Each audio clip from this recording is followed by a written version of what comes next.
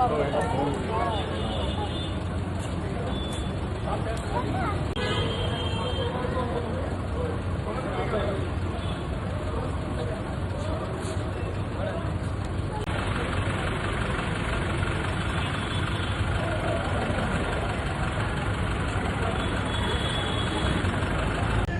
नगरीतील माळकर बंधूंचं जे या ठिकाणी नेहमीच आपण माळकर तिकटी म्हटलं जायचं, या ठिकाणी माळकर बंधूंच्या माध्यमातून करवीर नगरीतील संस्थान श्रीमंत छत्रपती घराण्याचं जे भवानी मंडप आहे, त्या भवानी मंडपाला मला वाटते 500 किलोच्या साखरेचा या ठिकाणी तोरण उभं केलं जातं. ही परंपरा जवळपास 25 वर्ष या ठिकाणी सुरू आहे.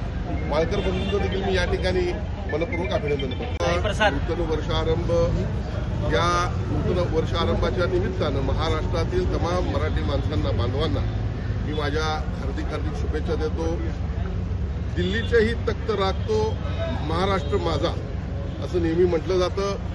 खऱ्या अर्थानं अनेक संत, थोर पुरुष, युगपुरुष या महाराष्ट्रातून निर्माण झाले आणि खऱ्या अर्थानं हिंदुत्वाची एक वेगळ्या प्रकारची भारतामध्ये एक आपल्याला एक वेगळं पण निर्माण झालं.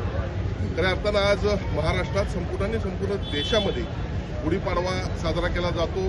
मुंबई, ठाणे, विविध शहरांमध्ये आज वेगवेगळ्या मिरवणुका काढल्या जातात. मी करवीर नगरीतील तमाम हिंदू बांधवांना, सर्व धर्मीय बांधवांना गुढीपाडव्याच्या मनपूर्वक अशा हार्दिक शुभेच्छा. मांगल्याची गुढी आणि आनंदाचा पाडवा. गोकुळकडून सर्वांना गुढीपाडवा आणि नववर्षाच्या हार्दिक शुभेच्छा.